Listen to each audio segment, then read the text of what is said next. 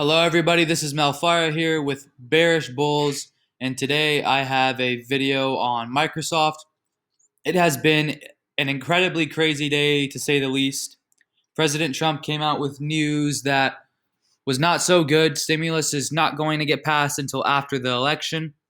Now, is this set in stone? I honestly don't think so. I do think that members of Congress are going to still negotiate. I think this is just some sort of negotiation tactic that Trump likes to use um, to try to get his part of the deal done.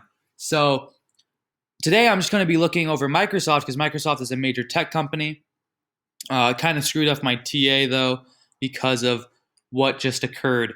So I'm going to just look for where it can potentially go, and then just kind of play it from there. So I'm going to be using the fib retractment. I'm going to be using it on the 1 day, the alligator method. I will chart it from here as I usually do. I'm going to delete these so we can start fresh.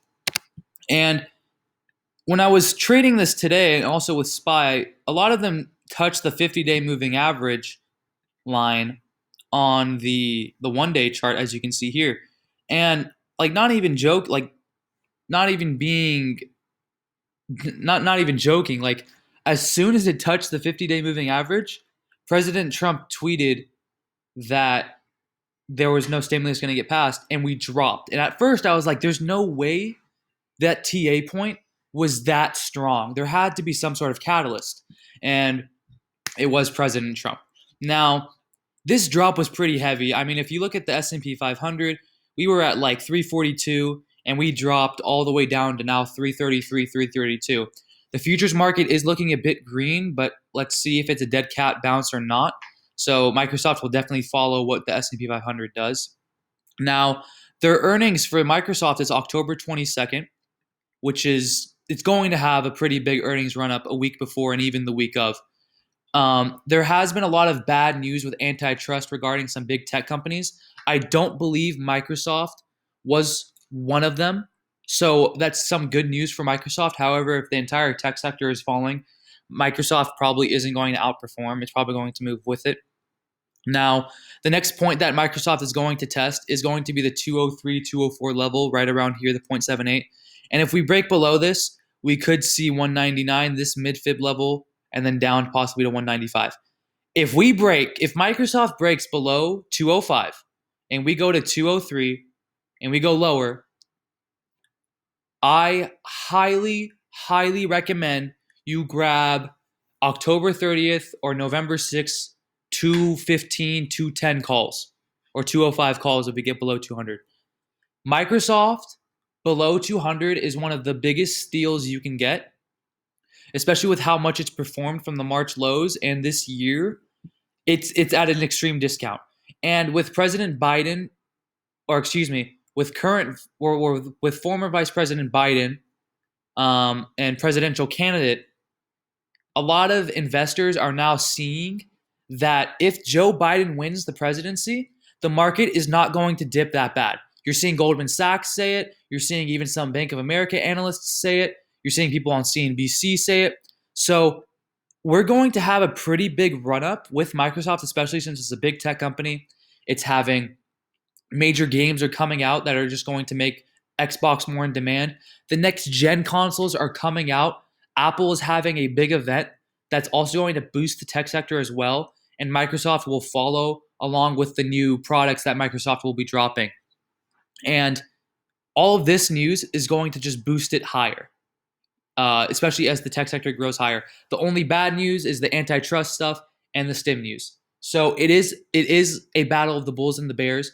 But that sudden drop that we had was so over dramatic that it may give us a really great entry for November 6 calls. And to make matters even better, right now we're still below the 0 day or the 0 line on the MACD. On top of that, we're not really trending upwards anymore because of what happened today with the tweet. It was pretty drastic. But on top of that, we're seeing a squeeze. So this is the TTM squeeze. Once you see 3 red buttons, it indicates a squeeze. It indicates that movement is going to happen. It doesn't mean it's going to move up, doesn't mean it's going to move down. it depends on how your channel looks. Now, the reason why I think it's going to go up is because we're trading very low for Microsoft. Microsoft should honestly be at around 225, right around here. That just off the basic financials. Microsoft with the next gen consoles too, new products coming out, as I stated before, it's going to be big. And with the tech sector just growing in demand, Microsoft will also grow as well, and also the earnings run up. Now, also looking at this current channel, if you want, we can take out the fib levels. I already kind of went over them. Again, you can always rewatch the video. But if we look at this parallel channel on the daily chart, you can see we are on the bottom half of it, testing the bottom. So if we were to break below this, okay, and that's why I'm saying if we break below this and we get like I mean, we'll test the 203, 202 level, which is what the fib levels were at, which is right around here. You know, like it's very, very, like, we'll test this near $200 level. If we get here, I highly recommend you get into some calls, because then we would have broken out of this, somewhat upward trending line. But usually what happens, especially with this TTM squeeze being below this MACD 0 line, possibly going higher in the earnings report, with this squeeze, we could go higher. Now, again, you got to wait for the confirmations. Microsoft has really strong support at 200 just from playing it a lot and looking at the level 2 data.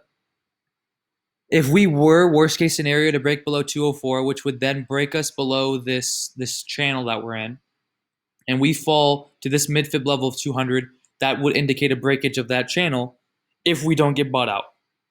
Okay? And then the TTM squeeze, depending on how the Microsoft moves, it could move higher. But again, I can't see Microsoft breaking below 196 on basically no bad news for the stock Microsoft, especially with how much it underperformed in September and how the market fell.